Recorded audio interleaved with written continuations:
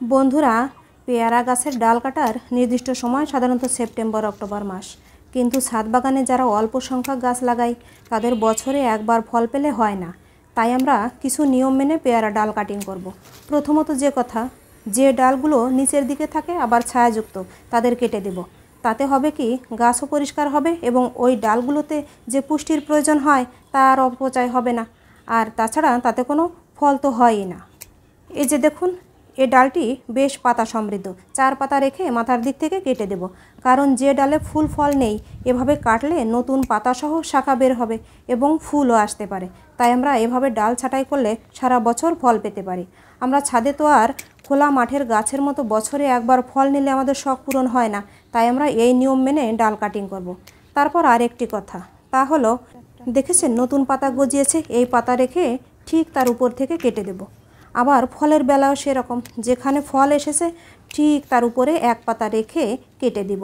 তাতে হবে কি, ওই ফলটিও বড় হবে এবং ওই ফলের উপর থেকে নতুন পাতা শাখা বের হবে।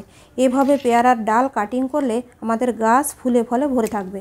আমাদের গাছটিতে অনেক ফল ধরেছিল, তবে ফল শেষ হয়ে গিয়েছে। এই সময়টা আমাদের ডাল কাটার উপযুক্ত সময় বলে মনে করছি। তাছাড়া আবার বর্ষাকাল, ডাল কেটে গাছটি বেশ পরিষ্কার পরিচ্ছন্ন মনে হচ্ছে। যে ডালগুলো শুধু মেইন শাখার সাথে থেকে পুষ্টি নিচ্ছে, জীবনে কখনো ফল দেয় না, তাদের কেটে দেব। এতে গাছ ঝাঁকালো হবে এবং প্রচুর ফল দেবে। আর একটি কথা, যারা শুধুমাত্র একবার ফল চান তারা ফলের মায়া না করে ফুল এবং ফল আসলে ফলসহ কেটে দিবেন। আমার বাবাটা এই পাতাগুলো যত্ন সহকারে রেখে দেবে, কারণ বলেছিলাম পাতা থেকে সার হয়।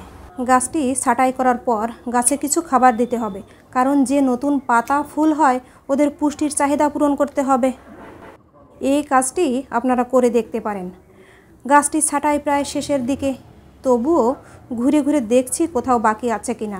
হয়ে গিয়েছে।